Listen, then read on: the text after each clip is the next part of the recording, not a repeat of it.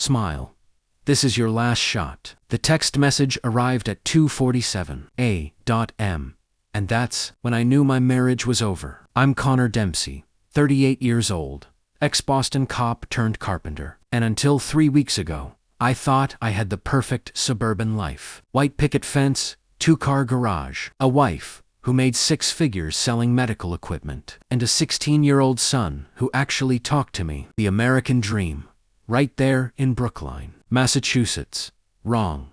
The phone buzzed again on Stephanie's nightstand. She was dead asleep, mouth slightly open, looking innocent as a lamb. I'd been lying awake for hours, staring at the ceiling, wondering why my wife of 18 years suddenly needed to work late every Tuesday and Thursday. Why she'd started going to the gym at 6 a.m. Why she'd changed her phone password after 15 years of it being Jaime's birthday. Another buzz, then another. I slipped out of bed, my bare feet silent on the hardwood floor. Stephanie didn't stir. The woman could sleep through a tornado, which explained how she'd managed to carry on an affair for God knows how long without losing any sleep over it. The phone screen lit up with notifications. 3 messages from Troy. Work at nearly 3 o'clock in the morning. Miss you already, babe. Can't wait for Thursday. Same hotel. That thing you did with your tongue.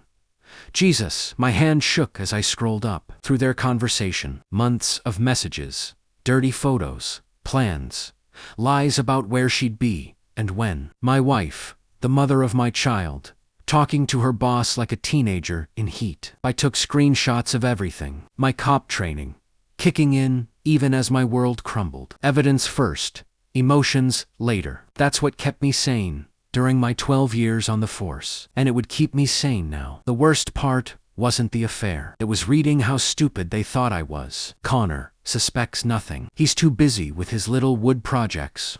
Poor guy. Probably thinks you're working late to support his dead-end carpentry business. He's sweet, but so clueless. Like a big dumb golden retriever. I wanted to wake her up right then. Wanted to shove the phone in her face and watch her scramble for excuses. But I'd learned patience in my cop days. Rush the bust. Lose the case. I needed to know everything before I made my move. I slipped back into bed, my mind racing. Stephanie rolled toward me in her sleep, throwing an arm across my chest. The same arm that had been around another man just hours ago. The irony wasn't lost on me. Morning came like a slap. Stephanie bounded out of bed at 5:30, suddenly energetic and chatty. Good morning, honey. She kissed my forehead, all sunshine and fake smiles. I've got that big presentation today. Might be late again. Another late night. I kept my voice neutral, watching her face for tells. You know how it is. Troy's really pushing the team hard this quarter. She didn't even flinch, saying his name. 18 years of marriage, and she'd become a stranger. Right, Troy. I sat up, stretching. Why? Just curious. You talk about him a lot lately. He's just, typical sales manager. Tall, dark-haired gym rat. She laughed, but it sounded forced. Why all the questions about my boss? No reason. Just making conversation with my wife. She kissed me again. Longer this time. But I wondered if she was practicing her lies or genuinely felt guilty. Didn't matter. The damage was done. After she left for her gym session, which I now knew was code for morning quickies with Troy, I called my brother Paul. Connor, it's barely 7 a.m. Someone better be dead. My marriage is... I told him everything. Sent him the screenshots. Paul whistled low. Jesus.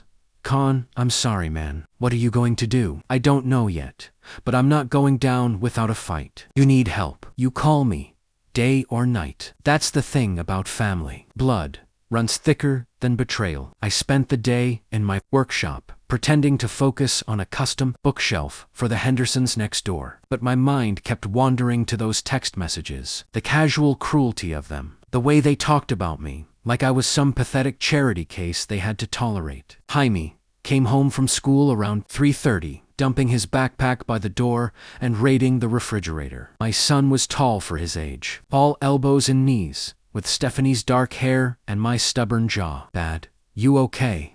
You look like someone stole your favorite hammer. I forced a smile, just thinking about work stuff. How was school? Same as always. Boring.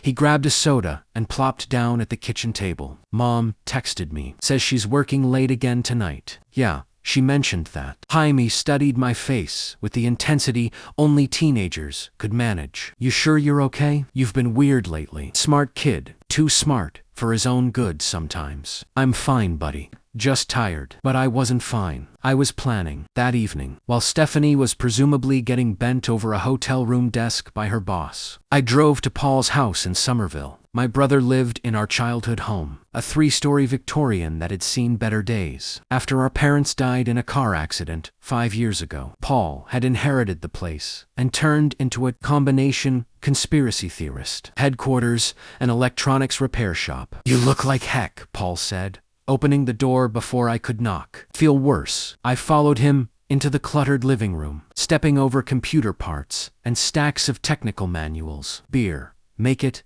2. Paul disappeared into the kitchen, giving me a moment to absorb the familiar family photos covered every surface, including several of Stephanie and me from happier times. Our wedding day, Jaime's birth, Christmas mornings, all lies now tainted by her betrayal. So, what's the plan? Paul returned with 2 bottles of Sam Adams, still working on it. I need more information first. Know thy enemy, and all that. Speaking of knowing things, Paul sat down his beer and looked uncomfortable. I found something today up in the attic. What kind of something? Come on, I'll show you. We climbed the narrow stairs to the 3rd floor, then up the pull-down ladder into the attic. The space was cramped and dusty, filled with boxes of Christmas decorations and childhood memories. Paul led me to a corner where he'd set up a card table with an old tape recorder and a shoebox. I was looking for Mom's jewelry box. Thought maybe Jaime might want something of hers someday. Found this instead. He opened the shoebox, revealing a collection of cassette tapes, each labeled in our mother's handwriting. What are they? Personal recordings, like a diary but on tape. Paul picked up one labeled Connor Truth and held it out to me. This one's about you and Stephanie. My blood went cold. What do you mean? Just listen. Paul slipped the tape into the recorder and pressed play. Her mother's voice filled the small space, clear and strong, despite the recording being at least 10 years old. Connor, if you're listening to this, it means I'm gone, and you finally discovered what I've known for years. Your wife is a liar and a cheat, just like I was. I nearly dropped my beer. What the heck? Paul held up a hand. Keep listening. I know what it's like to live a double life, sweetheart. To smile at your husband while planning to meet another man. To lie so smoothly that even you start believing it. I did it to your father for 3 years, before guilt finally stopped me. The tape crackled with static, then continued. Stephanie came to me in 2018, asking for advice about a work situation. She was having feelings for her boss, she said. Wanted to know how to handle it. I told her to quit her job or transfer departments. She laughed and said I was being old-fashioned. My hands were shaking now. 2018, 5 years ago. This had been going on for 5 years. She asked me if I'd ever cheated on your father. I was honest with her. God help me. Told her about my affair, how it nearly destroyed our marriage, how I regretted it every day. You know what she said? She said, times were different now, that people were more open about these things. Paul paused the tape. There's more. Play it. 2 months later, she came back, said she'd taken my advice, and ended things with her boss. But I could tell she was lying. She had that same glow I remembered from my affair days, that guilty excitement. I knew she was sleeping with him. The tape hissed and popped. I should have told you then, Connor. Should have warned you. But I was a coward. I didn't want you to know about my own mistakes. And I hoped maybe I was wrong about Stephanie. Maybe she really had ended it. My mother's voice grew sad. But she didn't. I saw them together at the Marriott downtown in 2019, kissing in the parking lot like teenagers. Your wife and a man who definitely wasn't you. Paul reached into the box and pulled out an envelope. Inside were grainy photographs of Stephanie and a tall, dark-haired man embracing next to a black BMW. Troy, I'm sorry, sweetheart. I failed you as a mother, just like Stephanie is failing you as a wife. But at least now you know the truth. Don't let her take you for a fool like I took your father. You deserve better. The tape ended with a click, that seemed to echo in the silence. I stared at the photographs, my vision blurring. 5 years.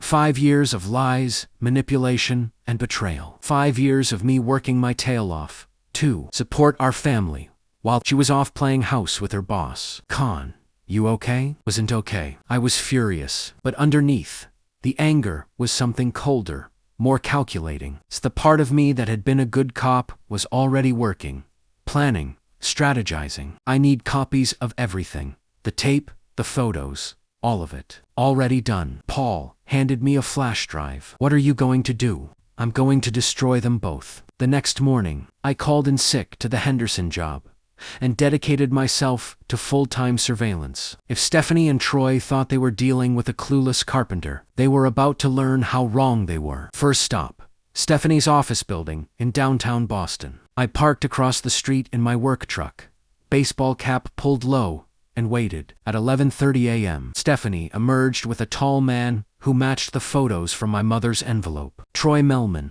looked exactly like Central Casting's idea of a sleazy sales manager. Expensive suit, perfect hair, the kind of confident swagger that screamed, "I've never faced real consequences for anything." They walked to a coffee shop 2 blocks away, sitting at a corner table where they thought no one could see them. But I had a clear view through the window, and my old police telephoto lens captured every intimate touch, every lingering kiss, every moment of their public betrayal. After coffee, they returned to the office building. I followed at a distance, watching them take the elevator to the 15th floor, Stephanie's floor. Through the lobby windows, I could see them talking with other employees, playing their professional roles.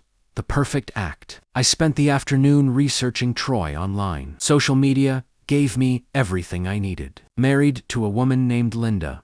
2 kids in high school. Lived in a McMansion in Newton. Posted gym selfies constantly. Drove a BMW M5. Belonged to an expensive country club. The kind of guy who thought his money and looks made him untouchable. He was about to learn otherwise. That evening, Stephanie came home with another story about working late. "How was your day, honey?" She kissed my cheek while texting someone on her phone. "Fine. Productive." I watched her fingers fly across the screen. "Everything okay? Just work stuff." Troy's got us all scrambling on this new contract. There it was. Again. His name rolling off her tongue like it meant nothing. Like she wasn't planning to meet him tomorrow for another hotel room session. Must be a big contract. Huge. Could set us up for the whole year. She finally put the phone down and looked at me. Really looked at me. "Connor, are you feeling all right? You seem different lately." Different? I don't know. Distant. Distracted. She moved closer, running her hand along my arm. "Maybe we should plan a weekend away. Just the 2 of us. Reconnect." The irony was breathtaking. She was offering me a romantic getaway while carrying on an affair. Either she was a sociopath or she genuinely believed her own lies. "That sounds nice," I said, playing along. "When were you thinking?" "Maybe next month. I'll have to check my schedule." Of course she would. Had to make sure it didn't conflict with her boy toys availability. Jaime appeared in the kitchen doorway, backpack slung over his shoulder. "I'm going to Kevin's to work on our history project. Back by 10. Drive carefully," Stephanie called after him. "And text when you get there." The maternal concern in her voice was genuine, which somehow made everything worse. She could love our son while betraying our family. Compartmentalization at its finest. After Jaime left, Stephanie suggested we watch a movie together. We settled on the couch, her head on my shoulder, just like old times. But I couldn't focus on the screen. All I could think about was the text messages, the photos, the years of deception. "Connor." Stephanie's voice was soft, sleepy. "Yeah, I love you. You know that, right?" I looked down at her face, so peaceful and innocent in the flickering light of the television. Once upon a time, those words would have melted my heart. Now, they just made me sick. "I love you too," I lied. The next day was Thursday, hotel day. According to their text history, I followed Stephanie's car from our house to the Marriott downtown, the same hotel my mother had photographed them at 5 years ago. Some things never change. They were creatures of habit, which made my job easier. Same parking spot, same entrance, same room on the 4th floor. I had photos of them entering together, timestamps, license plates. Everything a good investigator needed. But photos weren't enough. I needed something more damning, more personal. Something that would destroy them both completely. That's when I remembered Stephanie's laptop. She kept it in her home office. Password protected,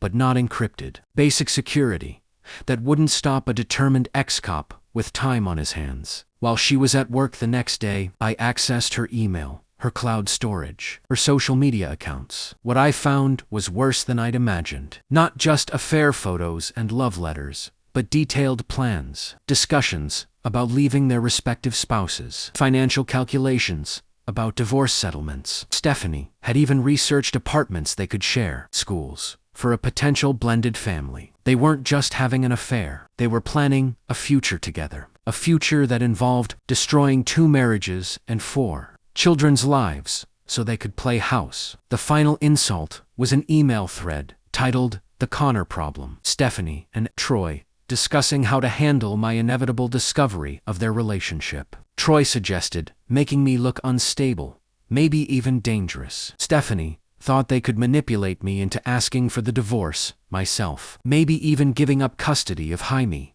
They had it all figured out. Every angle covered, every contingency planned except one. They underestimated me. I printed everything, organized it into folders, made multiple copies. Then I called Maura Lynn, my old partner's wife, who'd become a family law attorney after leaving the force. "Connor, it's been ages. How are Stephanie and Jaime? That's actually why I'm calling. I need legal advice, and I need someone I can trust." "Of course. What's going on?"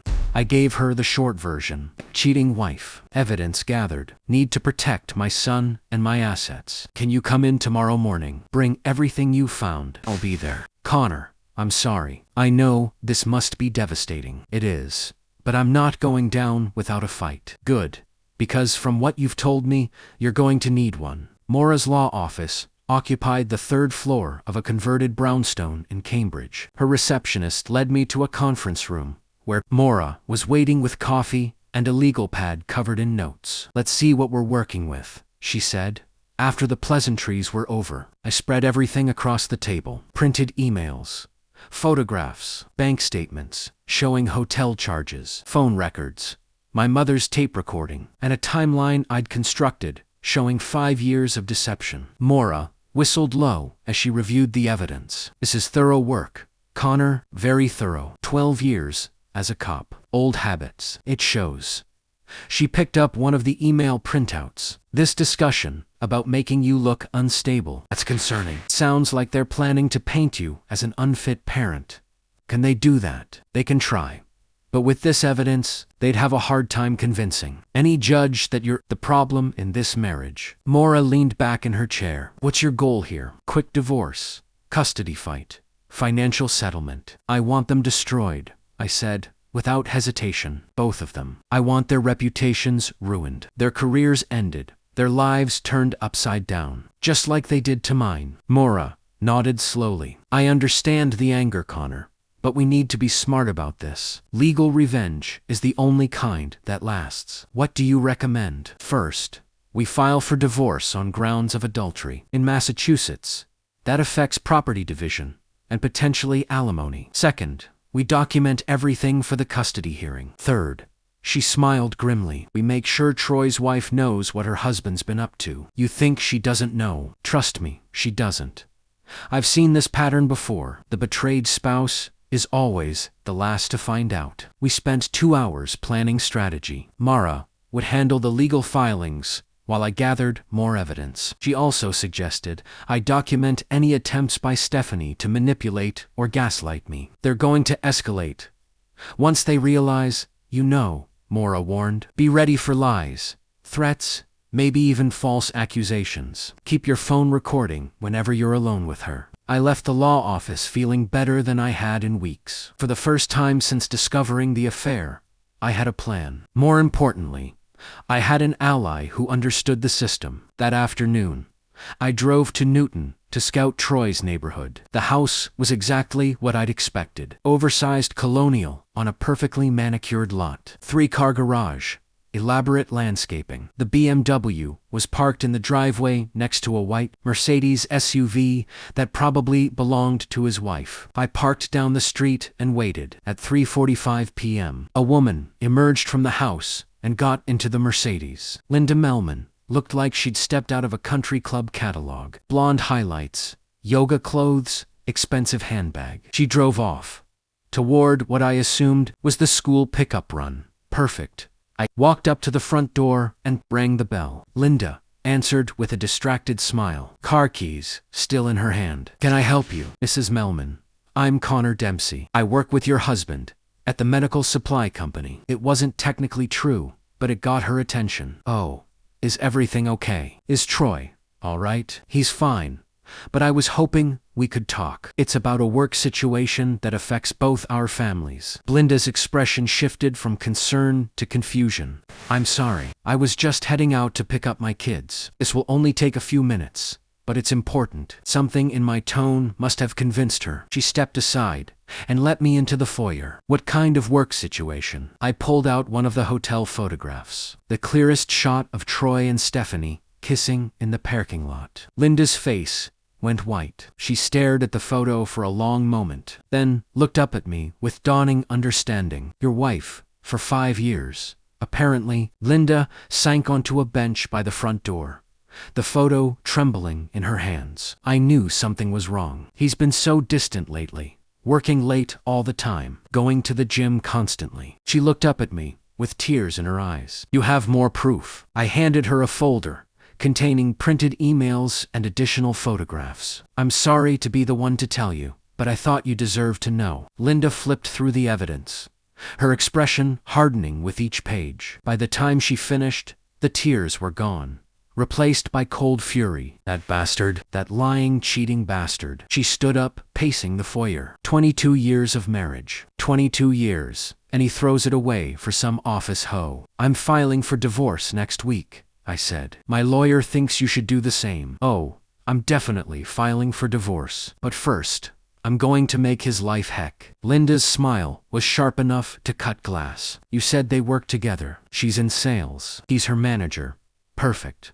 I know exactly how to handle this." We talked for another 20 minutes, comparing notes and coordinating our approach. Linda was smarter than her suburban housewife appearance suggested, and her anger matched my own. By the time I left, we had a plan that would hit both cheaters where it hurt most, their careers. That evening, Stephanie came home with another story about working late. But this time, I was ready for her. "How was your day, honey?" She kissed my cheek. "Same routine as always." "Interesting. I met someone new today." "Oh, anyone I know." "Linda Melman, Troy's wife." Stephanie froze, her face going pale. "Why would you? How do you even know Troy's wife?" "Funny story. Turns out she's been wondering why her husband works so many late nights, especially Tuesdays and Thursdays." The color drained completely from Stephanie's face. She opened her mouth, then closed it, then opened it again like a fish gasping for air. "Connor, I can explain, can you? Because I'd love to hear how you explain 5 years of hotel receipts or these text messages." I pulled out my phone and read from her. "Conversation with Troy. That thing you did with your tongue, Jesus." Stephanie's knees buckled. She grabbed the kitchen counter for support, staring at me like I'd grown a second head. When did you? Does it matter? The question is, what happens now?" "Connor, please let me explain. It's not what you think. It's exactly what I think. You've been with your boss for 5 years while I worked my tail off to support this family. It's not like that. Troy and I, we have a connection. Something real. Something deeper than just marriage, just family. We built together." Stephanie was crying now, mascara running down her cheeks. "You don't understand. You and I, we've grown apart. We're like roommates, not lovers. Troy makes me feel alive again." "So you decided to have an affair instead of talking to your husband about it." "I tried to talk to you, but you're always in your workshop, always busy with your projects. When was the last time you really looked at me, really saw me?" The gaslighting was starting just like Maura had predicted. Time to shut it down. "I saw you Tuesday night at the Marriott, room 412.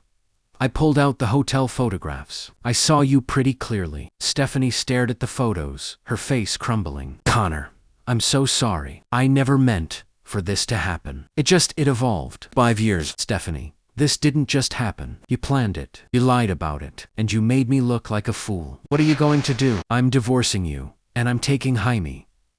No. The word came out as a shriek. You can't take my son. Watch me. Stephanie lunged forward, grabbing my arm. Please. Connor, we can work this out. I'll end things with Troy. We can go to counseling. Start over. I looked down at her hand on my arm, then back at her tear-stained face. It's too late for that. It's not too late. I love you, Connor. I've always loved you. No, you don't. If you loved me, you wouldn't have spent 5 years betraying me. I pulled my arm free and headed for the door. Where are you going? To pick up Jaime. He's staying at Paul's tonight. Connor, wait. But I was already gone. The next morning, Linda Melman called me at 7 a.m. It's done, she said, without preamble. What's done? I forwarded all the evidence to Troy's boss, his HR department, and the CEO of their biggest client also posted the photos on his Facebook page. Before he could stop me, I sat up straighter. Jesus, Linda, that's exactly what he deserves. His phone's been ringing non-stop since 6 o'clock. A.M. I can hear him screaming from the garage, where he's been sleeping since yesterday. Sleeping in the garage. I changed the locks and canceled his credit cards and transferred half our savings to my personal account. Linda's voice was ice-cold satisfaction. 22 years of marriage. Connor. He's about to learn what that's worth. By 9 a.m. my phone was buzzing with calls from Stephanie. I let them go to voicemail, but the messages were increasingly frantic. Connor, please call me back. Something terrible has happened at work. Troy's been suspended, pending investigation. They're talking about firing both of us. Please, Connor, we need to talk. I can explain everything. The final message came at 10:30 a.m. I'm coming home. We need to discuss this. Like adults. I was waiting in the living room when she arrived, looking like she'd aged 10 years overnight. Her eyes were red from crying, her hair disheveled, her usually perfect makeup smeared. They fired me, she said, without preamble. I heard you did this. You and that. Which, Linda Melman. I documented your affair, Linda. Shared the evidence with your employers. You did this to yourself. Stephanie collapsed into the armchair across from me. 5 years with the company, Connor. 5 years of building my reputation, my client list, my career. Gone. All gone. How do you think I felt when I found out about 5 years of lies? That's different. How is it different? Because she struggled for words. Because you will be fine. You're a carpenter. You can work anywhere. But my career is specialized. Word travels fast. In medical sales, no one will hire me now. The narcissism was breathtaking. She'd destroyed our marriage and was worried about her job prospects. You should have thought about that before you started sleeping with your boss. Don't be crude. You want to see crude? I pulled out my phone and started reading from her text messages. I want you right now. Meet me in the supply closet. Connor's working late. Come over and we'll use the kitchen table. Stephanie flinched with each quote. Stop it. He's so clueless. He probably thinks the wet spot on the sheets is from his own sweat. I said, stop. That last one's my favorite. Really captures your respect for our marriage. Stephanie was sobbing now, her whole body shaking. I'm sorry, Connor. I'm so sorry. I know I hurt you. I know I betrayed your trust. But please, can't we try to work through this? No. Why not? People recover from affairs all the time. We could go to counseling. Take a vacation, start fresh, because you're not sorry you had the affair, Stephanie. You're sorry you got caught. She looked up at me, tears streaming down her face. That's not true, isn't it? If Linda and I hadn't figured it out, you'd still be meeting Troy at hotels twice a week. You'd still be lying to my face every morning and every night. You'd still be planning your future together while pretending to love me. Stephanie opened her mouth to deny it, then closed it again. We both knew I was right. What about Jaime? She asked finally. What about him? He needs his mother. He needs a mother who doesn't betray her family. I never betrayed Jaime. You betrayed his father. You betrayed this family. You think that doesn't affect him? Stephanie was quiet for a long moment. Then, she looked up at me with something like hope in her eyes. If I end things with Troy completely, if I go to therapy, if I do whatever it takes to earn back your trust, would you consider staying married? I studied her face, looking for any sign of genuine remorse. All I saw was desperation. Do you love him? What? Troy, do you love him? Stephanie hesitated, just a fraction too long. It's complicated. It's not complicated. It's a yes or no question. Do you love Troy Melman? Another pause. Yes, but I love you too. Then, we're done. I stood up and headed for the door. Where are you going? To pick up Jaime. He's been staying at Paul's, but he needs to know what's happening. Connor, please don't turn my son against me. I won't have to. You did that yourself. Jaime took the news better than I had expected, and worse than I'd hoped. We were sitting in Paul's kitchen, the same room where our mother used to make Sunday dinners, where family problems had always been discussed over coffee and homemade cookies. So, Mom's been cheating on you for 5 years. Jaime's voice was carefully controlled, but I could see the anger building behind his eyes. Yes, with her boss. Yes. And you have proof. I slid a folder across the table. Pictures, emails, text messages, hotel receipts, everything. Jaime flipped through the evidence, his expression growing darker with each page. When he finished, he closed the folder and looked at me with eyes that seemed far too old for 16. What happens now? I'm divorcing your mother. We'll have to sell the house, split custody, figure out a new normal. Do I get a say in the custody arrangement? What do you mean? I mean, do I have to live with Mom if I don't want to? The question caught me off guard. You don't want to live with your mother? Jaime was quiet for a moment, staring at the folder. She lied to you. For 5 years, Dad. 5 years. Every morning, when she kissed you goodbye. Every night, when she said she loved you. Every family dinner. Every holiday.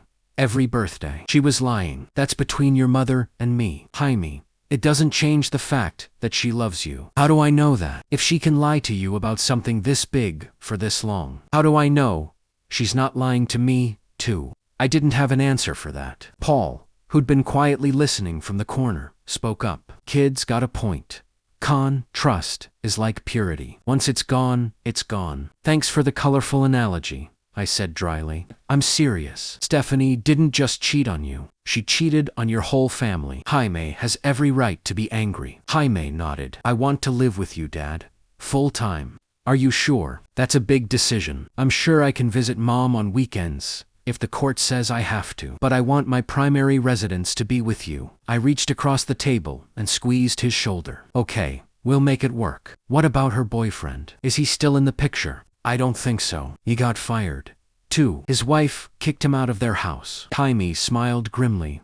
Good. I hope they're both miserable. Jaime, what? They deserve to be miserable. They destroyed our family. For what? Some hotel room hookups. They're selfish holes. And I hope karma hits them like a truck. I wanted to tell him not to be so harsh, but honestly, I agreed with every word. The next few days passed in a blur of legal meetings, financial planning, and difficult conversations. Maura filed the divorce papers, citing adultery and requesting full custody of Jaime. Stephanie's lawyer tried to negotiate, but our evidence was overwhelming. The real fireworks started when Stephanie realized she was going to lose everything. She showed up at Paul's house on a Wednesday evening, pounding on the door and screaming about her rights as a mother. Paul called me at work, and I raced over to find her, standing in the front yard, disheveled and desperate. Connor, thank God. Tell your brother to let me see my son. Jaime doesn't want to see you right now. He's 16. He doesn't get to decide. Actually, in Massachusetts, he does. At 16, the court considers a child's preference in custody matters. Stephanie's face crumpled. You turned him against me. I didn't have to. You did that yourself. I made a mistake, Connor. One mistake in 18 years of marriage. 5 years isn't a mistake, Stephanie. It's a choice. A choice you made over and over again. Please. She grabbed my arm for fingernails, digging into my skin. I'll do anything. I'll go to therapy. I'll change careers. I'll give up Troy completely. You already lost Troy. His wife cleaned him out, and he's facing a misconduct lawsuit at work. Stephanie's eyes widened. Misconduct. Turns out getting involved with a subordinate is frowned upon in corporate America. Who knew? But I wasn't. I mean, it was consensual. Doesn't matter. Company policy. is company policy. The fight went out of her then. She released my arm and stepped back, looking lost and broken. I've lost everything, she whispered. Why? You have my job, my husband, my son, my home. Yes, was it worth it? She asked. And for a moment, I thought she was talking to herself. Was destroying my life worth it? I didn't destroy your life, Stephanie. You did. I just made sure there were consequences. She looked at me with something like hatred. You're enjoying this. No, I'm not. I'm not happy that my marriage failed. I'm not happy that my son's family is broken. I'm not happy about any of this. Then, why are you being so cruel? Because you spent 5 years being cruel to me. The only difference is I'm being honest about it. Stephanie stared at me for a long moment, then turned and walked away.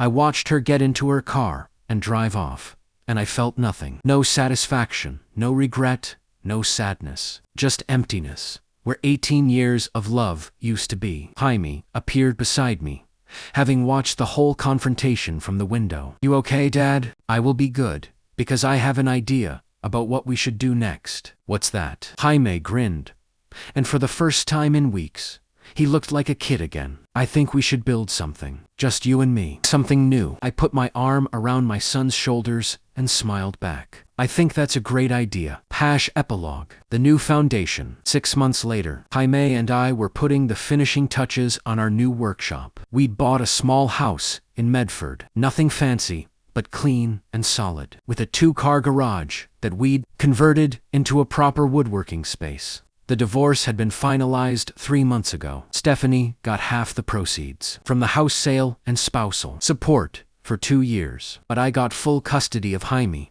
and kept my business. She'd moved to an apartment in Quincy and taken a job with a medical device company that apparently hadn't heard about her reputation. Troy Melman hadn't been so lucky. The misconduct lawsuit had cost him his career in medical sales, and Linda had taken him to the cleaners, and their divorce. Last I heard, he was selling insurance and living in a studio apartment in Revere. Dad, hand me that sandpaper. I passed Jaime the 220 grit paper and watched him smooth the surface of the bookshelf we were building for his bedroom. He'd gotten good at woodworking over the past few months. Patient and precise like his old man. You know what I realized? Jaime said, without looking up from his work. What's that? Mom always talked about building a future, but she never actually built anything. She just talked and planned and schemed. But we actually build things. Real things that last. I smiled at that. That's very philosophical for a 16-year-old. I'm wise,